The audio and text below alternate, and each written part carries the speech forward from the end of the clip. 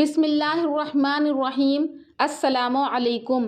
نوری Islamic channel کے معزز خواتین و حضرات، ہم امید کرتے ہیں کہ آپ خیریت سے ہوں گے اور ہماری دعا بھی ہے کہ اللہ پاک آپ کو سدا عافیت کے سائے میں رکھے۔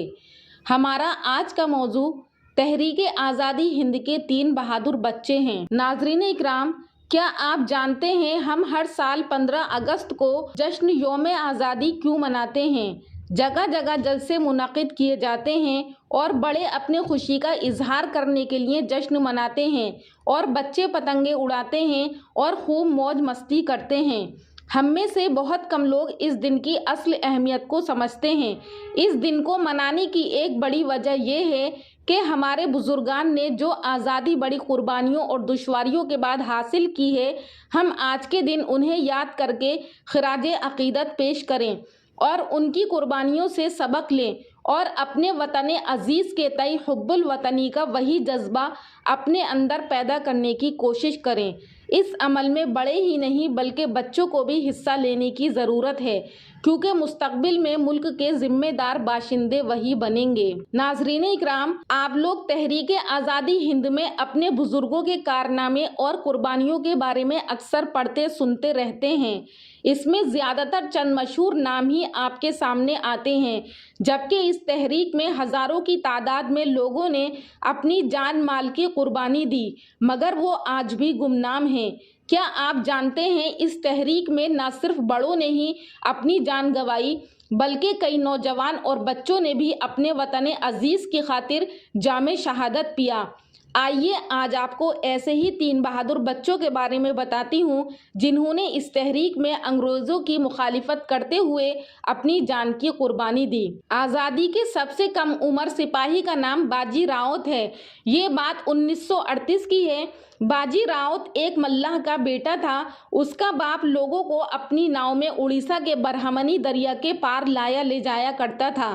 ابھی باجی کی عمر محض 12 برس تھی، مگر ملک میں سرگرم تحریک آزادی سے متاثر ہو کر وہ بھی عوامی پارٹی کی سینا دل میں بھرتی ہو گیا۔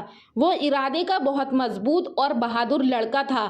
اس رات اسے دریا پر پہرا دینے کی ذمہ داری دی گئی تاکہ رات میں دریا کے پار کسی قسم کی کوئی کارروائی عمل میں آئے تو اس سے پارٹی کے ذمہ داران کو باخبر کرے۔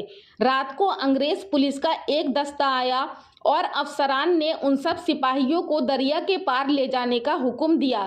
باجی اور اس کے ساتھی ملاحوں نے جب اس سے انکار کیا تو انگریزوں نے اسے اور اس کے ساتھیوں کو گولی مار کر وہیں ہلاک کر دیا، اور اس ننھے سپاہی نے اپنے ملک کی حفاظت کے لیے اپنی جان کی پرواہ کیے بغیر ڈٹا رہا اور اپنا نام امر شہیدوں کی فہرست میں درج کرایا۔ دوسرے نمبر پر تمل ناڈو کے کوڈی کاتھا کمارن کا نام ہے۔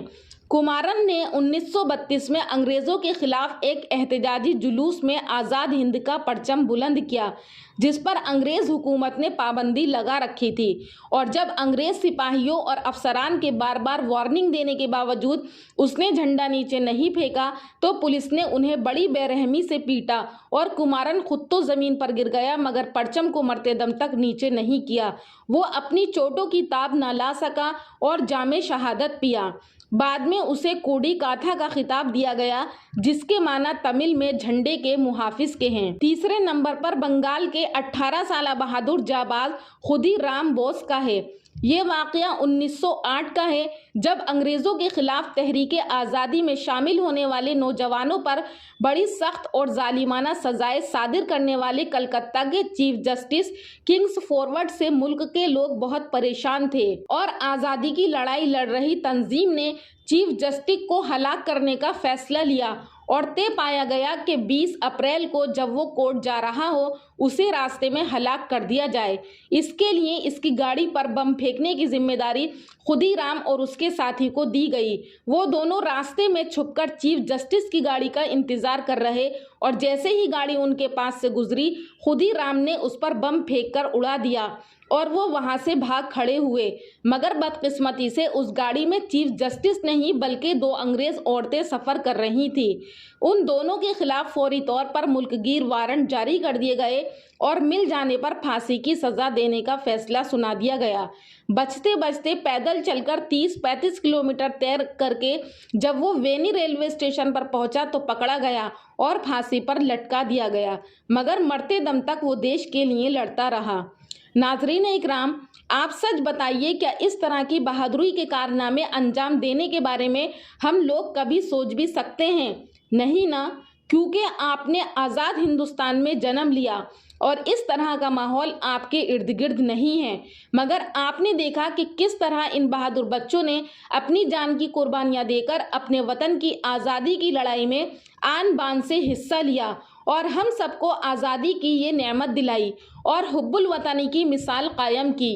اس سے ثابت ہوتا ہے کہ کوئی بڑا آدمی ہو یا بچہ، اگر اسے اپنے مقصد سے سچا پیار ہے اور ارادہ مضبوط ہے تو وہ اپنے دیش کے لیے کچھ بھی کر سکتا ہے۔ اسے ہی سچی دیش بھکتی کہتے ہیں۔ معزز سامعات، وطن سے محبت کرنا ایمان کی نشانی ہے۔ وطن سے محبت یہ انبیاء کا طریقہ رہا ہے۔ نبی اکرم صلی اللہ علیہ وسلم نے بھی اپنے وطن مکہ سے محبت کی ہے۔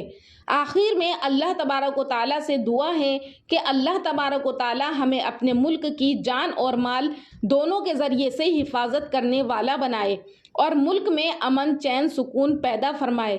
انشاءاللہ پھر ملاقات کروں گی ایک نئے ٹاپک کے ساتھ۔ تب تک کے لیے اللہ حافظ۔